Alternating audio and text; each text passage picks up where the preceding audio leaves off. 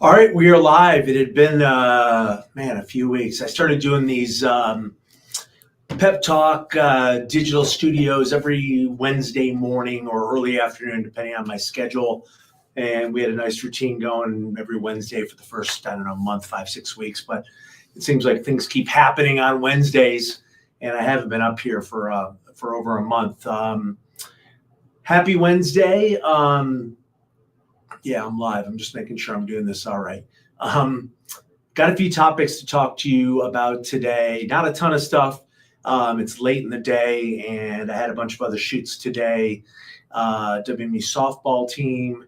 We have a new sports newsletter. I was working on that. It's going to go out once a week with our top 5 stories from the previous week. That's going to go out tomorrow, and it's going to be very, as you may have guessed, WMU Hockey heavy. So let's start there talking about that. I was fortunate enough to be down in St. Louis. Didn't get there for the semifinal on Thursday night. Don't shoot the messenger of that. It had nothing to do with it was not a decision made by the WMU sports department. But we were able to head down to St. Louis bright and early Friday morning. And the first thing I was struck by was how many Western fans were in St. Louis. I cannot emphasize that enough. I had received a text the night before from a friend of mine, and he said he hadn't seen so many Broncos fans in one place. And I thought, well, I've been to the Cotton Bowl. I don't know. I don't know if that's true, but hello to Good Tribe vibes.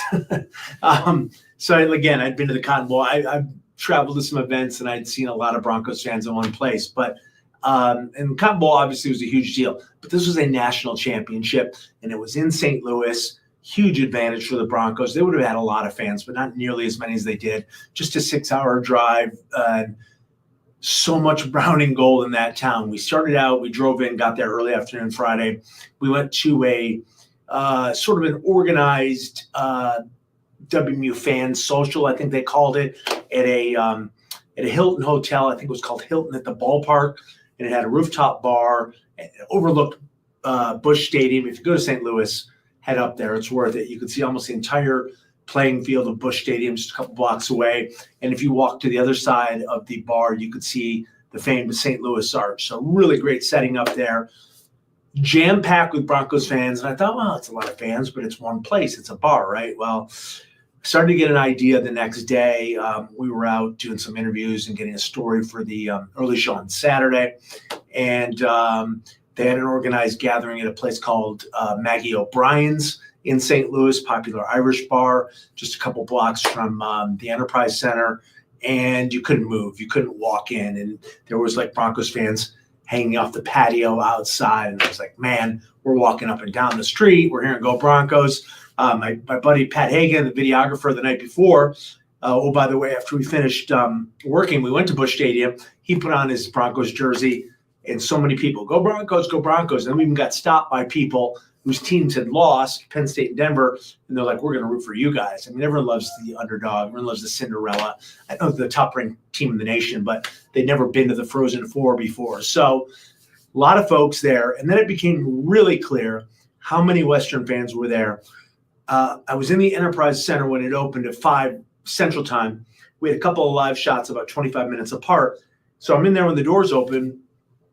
And it's just a steady stream, brown and gold, walking past me. I saw very little red and white for Boston University. It was just brown and gold, just walking by. I never got an exact attendance figure. I know the building holds like 18,100. I actually think the attendance was somewhere north of 17,000. But conservatively, that crowd was 80% Western fans. It had to be. It was just unbelievable. I'm looking down from the top of the arena, looking down and see all in the brown and gold. And during play stoppages, they show fan cutaways on the Jumbotron. And the Western fans clapping like crazy and screaming every time there was a Bronco fan cutaway, and booing every time there was a Boston University cutaway, even when the little kids were up on the screen. So that's how crazy it was. Let me say hi to some people now I'm seeing who are checking in. Uncle Fester's thing. Welcome. Good Tribe vibes. Been crying tears of joy since Saturday. How long have you been a fan? Hopefully this is the Spark needs to cathartically come together when the Kalamazoo County Broncos Natty Parade. Oh, Stacey Austin says attendance was 16,900. Okay, I thought it was in the ballpark of 17. I know it holds like 18,100, but again, just overwhelmingly brown and gold. And it was incredible because I remember I did go to the Cotton Bowl and walking through the concourse of Jerry World and just a ton of fans. Again, a big deal for the football program. Needless to say, New Year's Six bowl game, Big Ten opponent, the whole 9 yards. But again, this was a national championship, and it was huge. And Western fans just really showed up and showed out. It was incredible. Hats off to everyone who altered their life and made the trip. It really was incredible. Look, as for the result, I mean, Pat Ferschweiler, my God, since I think it was January 3rd, they won. Was it 21 or 24 going into the Frozen Four? So what, 23 of their last 26, only one regulation loss. I think they ended the season on a 10-game win streak. Look, they had some close calls. Frozen Faceoff, which is the conference championship game, double overtime, came back from 3-0. Then NCAA regional play, the semifinals, Rutrow, double overtime, get by there. So they had four straight one-goal wins, plural. And it was looking like it was going to be that way on Saturday night as well. They were leading 3-2. But I remember there was an incredible sequence there with Hampton Slukinski, huge save on one end, goal from Owen Michaels on the other end, and suddenly 4-2, suddenly breathing room, and you just knew the Broncos weren't going to lose. They were absolutely the better team. They knocked off the defending national champion and 10-time national champions in the Denver Pioneers. That's the most in college hockey, by the way, one more than Michigan. And then another blue blood in Boston University. I think they've been to 3 straight Frozen Fours, so a lot of experience. They've won 5 college hockey national championships as well.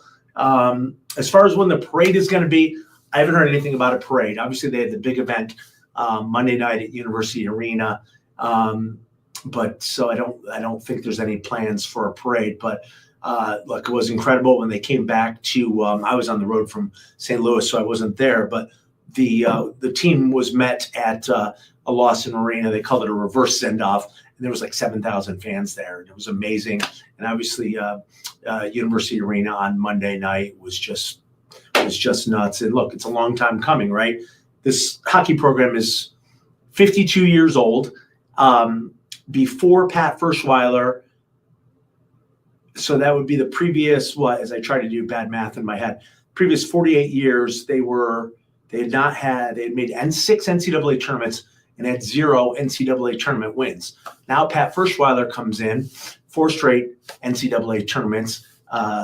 They won their first NCAA tournament game in either 22 or 23. And then obviously the Frozen Four and the national championship this year. I think one of the things that jumped out at me, I talked to a ton of people on the ice after the game was over.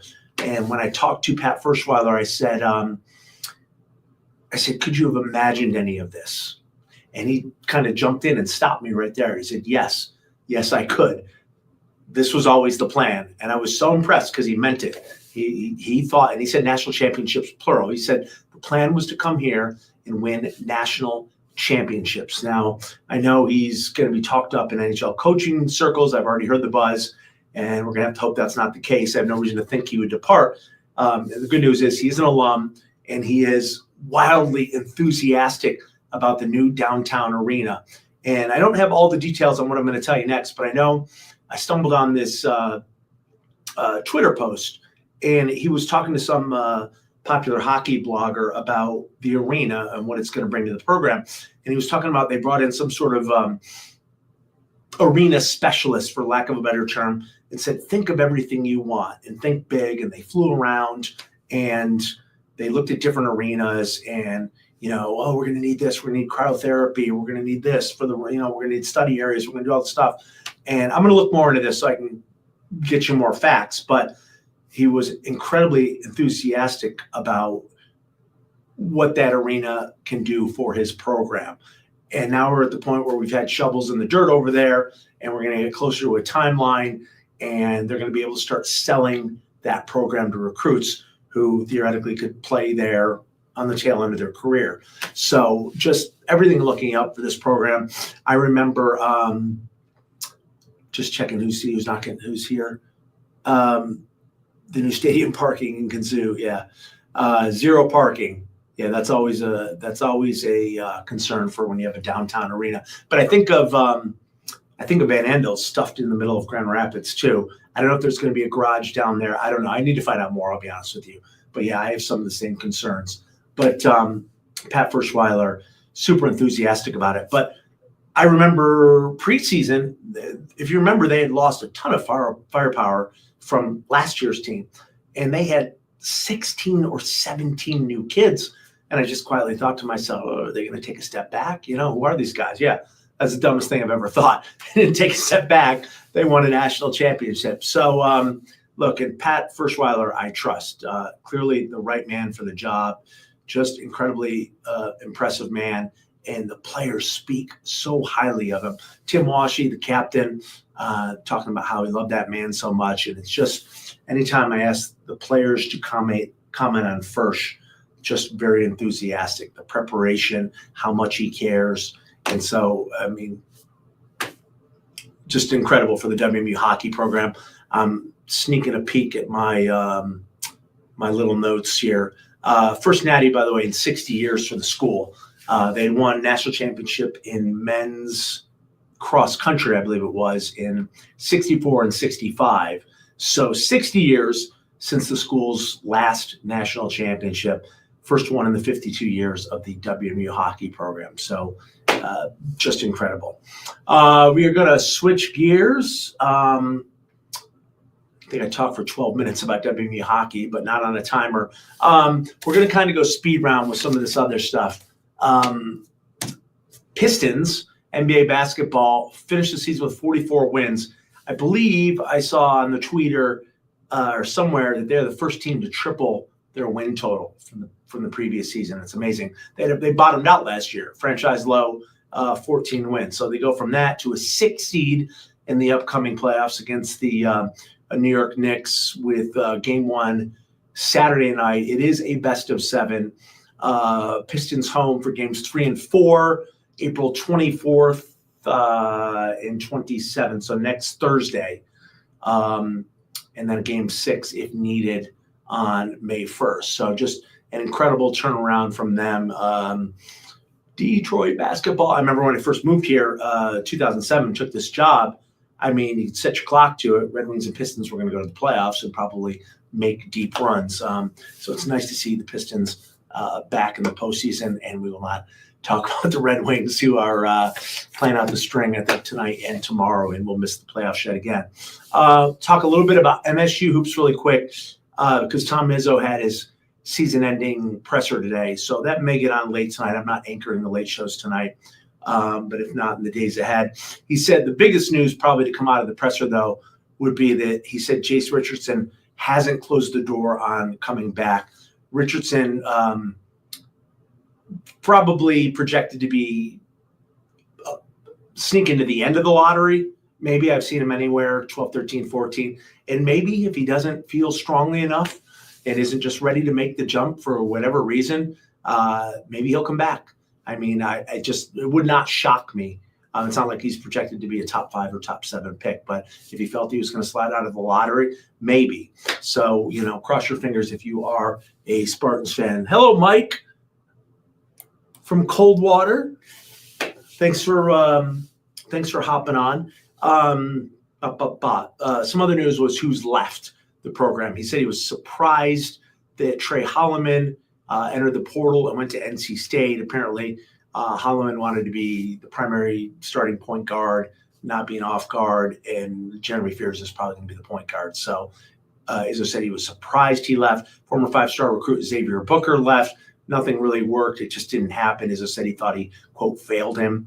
I didn't check to see where Booker went, but a couple of big defections there. But I know Izzo's already jumped into the portal to bring in some guards and some other players. And we'll try to talk more about that, I think, next week when I get a handle. I have not. I was off the last 2 days after doing the whole St. Louis thing, so I feel like I'm a little bit behind the 8 ball.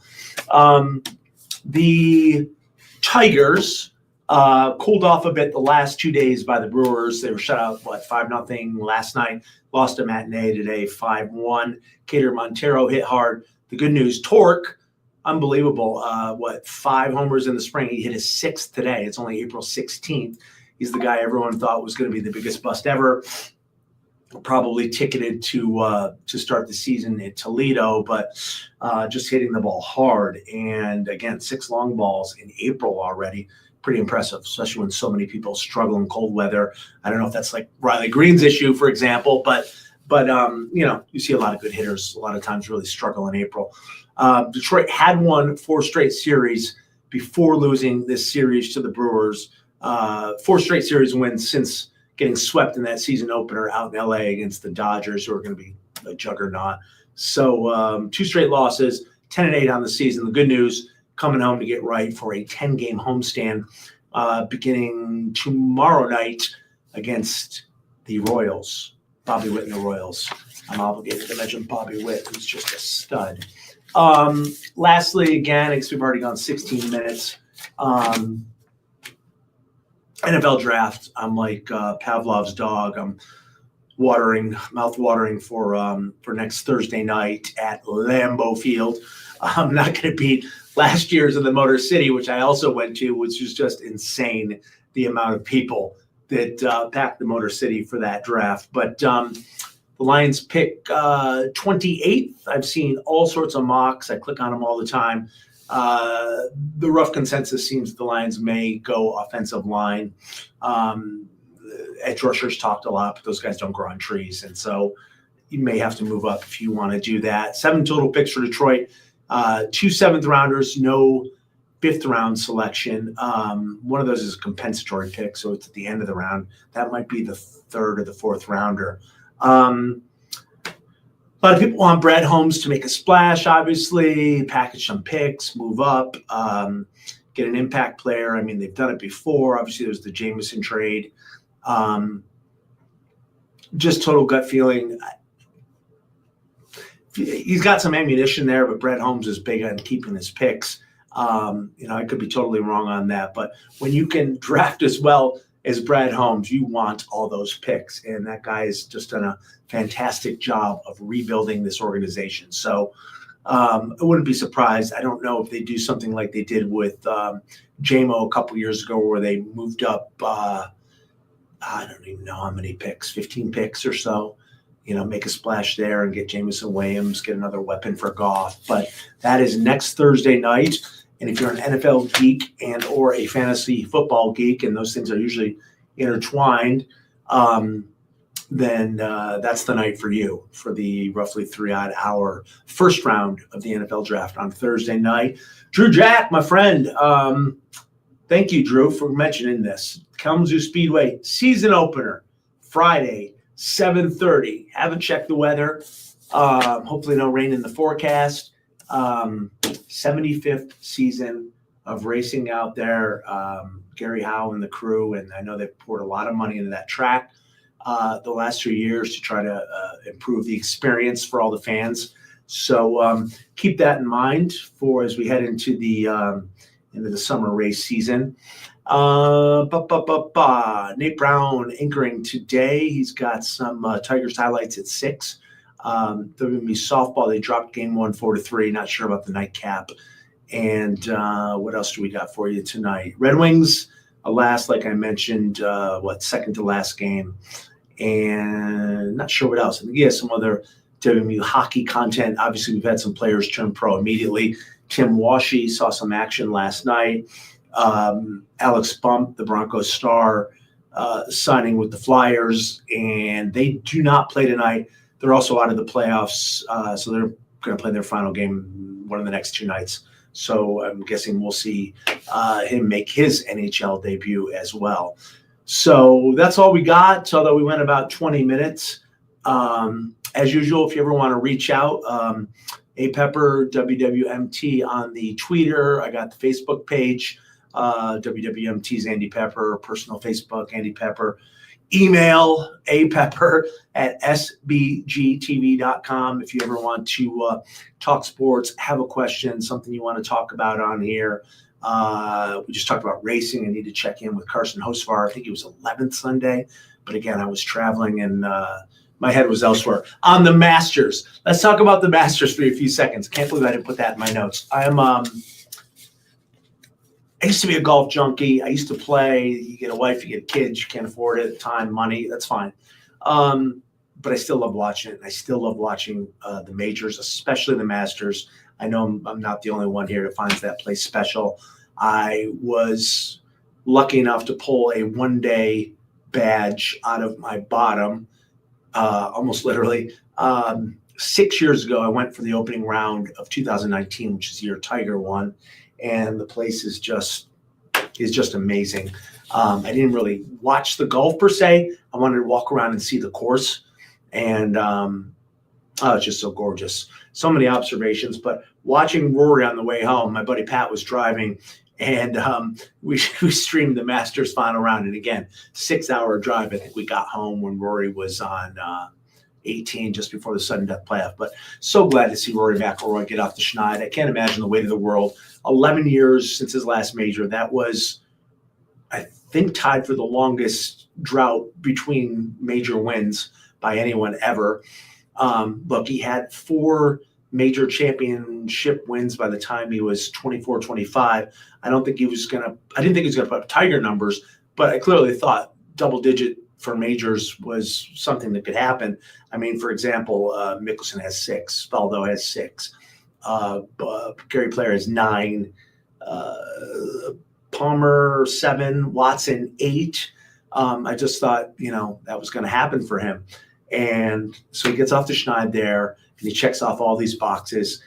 He ends that drought, that talking point gone, wins the Masters, and as a result of winning the Masters, obviously becomes just the 6th golfer ever to win the career Grand Slam. And that's a big deal, showing that you can win on a lot of different type of venues. Like, I don't know, Tom Watson, amazing golfer, won 5 of his 8 majors at the Open Championship, the British Open. So shows that he can win on the tough U.S. Open courses. The PGA courses, championships, has become more penals, more like U.S. Open style setups to a degree. And obviously, links golf is entirely different, and then the Masters. So just incredible, and already looking forward to the PGA Championship next month.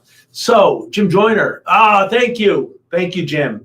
WMU dance team winning a national championship as well. We have to do something with them. So 2 national champions in the span of a week for Western Michigan University. It's not something you can say much in any school, much less Western. So the hockey team and the dance team winning national championships. Thank you, Jim, for reminding me to say something about that.